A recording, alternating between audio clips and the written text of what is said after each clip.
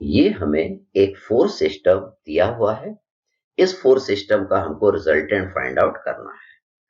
अगर हमको इस फोर्स सिस्टम का रिजल्टेंट फाइंड आउट करना है तो पहले हमें क्या करना पड़ेगा, इन सारे फोर्सेस के हॉरिजॉन्टल और वर्टिकल कंपोनेंट बनाना पड़ेगा। इनके हॉरिजॉन्टल और वर्टिकल कंपोनेंट बनाने के लिए हमें क्या करना पड़ेगा, इन सारे फोर्सेस के एंगल आइदर हॉरिजॉन्टल या वर्टिकल से निकालना पड़ेगा। देखिए किस तरीके से। देखिए सबसे पहले हम 10 न्यूटन वाले को देखते हैं।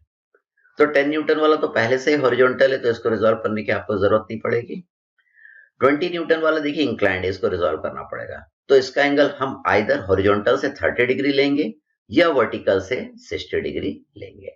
अब जहां से भी एंगल लेंगे उस वाले कंपोनेंट को आप क्या लिखेंगे, कॉस थीटा। तो देखिए सपोज 20 वाले का एंगल मैंने हॉरिजॉन्टल लाइन से 30 डिग्री ले लिया, तो 20 न्यूटन वाले के दो कंपोनेंट बनेंगे। एक कंपोनेंट देखिए अलोंग द हॉरिजॉन्टल लाइन बनेगा, इसको हम लिखेंगे 20 cos 30। 20 का देखिए दूसरा कंपोनेंट बनेगा perpendicular to the given component, इस कंपोनेंट से 90 डिग्री के एंगल पे लगेगा। ये आपका होगा 20 sin 30। अब 20 न्यूटन वाले को हम हटा देंगे। अब 30 न्यूटन वाले को देखिएगा। 30 न्यूटन वाले का एंगल आप हॉरिजॉन्टल से अगर आप लेंगे तो ये 60 डिग्री आएगा, और वर्टिकल से लेंगे तो ये आपका 30 डिग्री आएगा। तो आप वर्टिकल से 30 भी ले सकते हैं और आप हॉरिजॉन्टल से 60 डिग्री एंगल भी ले सकते हैं, उससे कोई फर्क नहीं पड़ेगा। अगर आपने हॉरिजॉन्टल से 60 डिग्री एंगल लिया तो हॉरिजॉन्टल वाला कंपोनेंट cos 60 वाला बनेगा और वर्टिकल वाला sin 60 वाला बनेगा। अगर आपने इसका एंगल वर्टिकल से 30 डिग्री लिया तो वर्टिकल वाला cos 30 बनेगा और हॉरिजॉन्टल वाला sin 30 होगा। देखिए किस तरीके से। पहले मैं 20 न्यूटन वाले फोर्स को हटा देता हूं ताकि आपको कंपोनेंट क्लियर नजर आए। तो देखिए मैंने हॉरिजॉन्टल से एंगल लिया है, तो ये जो हॉरिजॉन्टल वाला कंपोनेंट है ये आपका आ गया 30 cos 60। अब इसका एक और कंपोनेंट होगा perpendicular to the given component, इसको हम लिखेंगे 30 sin 60। अब 30 न्यूटन वाले को हटा देंगे। तो देखिए हम 30 न्यूटन वाले को हटा देते हैं। अब आपका फोर्स सिस्टम ऐसा हो गया। अब 50 न्यूटन वाले को ध्यान से देखिए। इसका एंगल आपको वर्टिकल से 30 डिग्री दिया है, मतलब जो वर्टिकल वाला कंपोनेंट बनेगा वो cos थीटा वाला रहेगा। तो देखिए 50 के दो कंपोनेंट बनाए, एक component along the reference line, इस वाले कंपोनेंट को हम लिखेंगे 50 cos 30। 50 का देखिए एक और कंपोनेंट हमने बनाया perpendicular to the given component, ये आपका बनेगा 50 sin 30। अब 50 वाले को हम हटा देंगे। तो 50 के भी दो कंपोनेंट बन गए।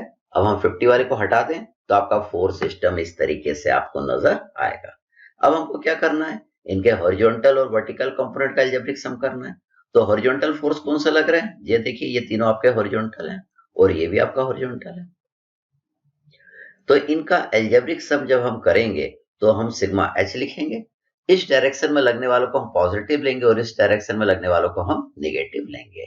तो सिग्मा एच कितना आएगा, 10 plus 20 cos 30 plus 30 cos 60 minus 50 sin 30। तो ये देखिए हमने सिग्मा एच लिख दिया। सिग्मा एच की वैल्यू कितनी आ जाएगी, ये आ जाएगी 17.32।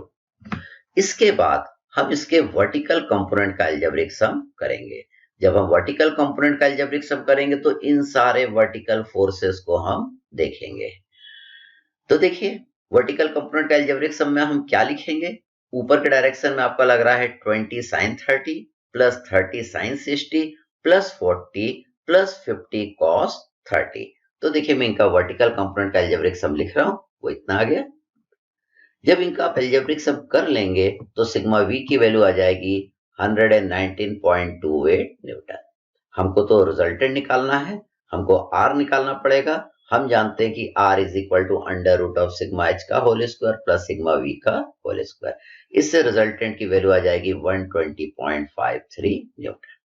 हमको रिजल्टेंट का एंगल भी निकालना है, तो पहले हमें यह सोचना पड़ेगा कि रिजल्टेंट आपका कौन से क्वाड्रेंट में लाई करेगा। तो देखिए यहाँ पे सिग्मा एच आपका पॉजिटिव है, सिग्मा वी भी आपका पॉजिटिव है, मतलब रिजल्टेंट आपका फर्स्ट क्वाड्रेंट पे लाई करेगा। तो देखिए हम सिग्मा एच बना लेते हैं, ये सिग्मा एच बन गया। सिग्मा वी बना लेते हैं, ये सिग्मा वी बन गया। इन दोनों का ये वाला रिजल्टेंट हमको फाइंड आउट करना है। तो रिजल्टेंट का कौन सा एंगल निकालना है, हमें ये वाला एंगल को हमने क्या बोला है, थीटा। ये थीटा निकालने के लिए हम tan थीटा वाला फॉर्मूला यूज करेंगे। तो हम जानते हैं tan theta is equal to mod of sigma V upon sigma H, मतलब theta is equal to tan inverse mod of sigma V upon sigma H. इसमें जब हम सिग्मा वी और सिग्मा एच की वैल्यू पुट कर देंगे तो आपका थीटा की वैल्यू आ जाएगी 81.73 डिग्री इन फर्स्ट क्वाड्रेंट।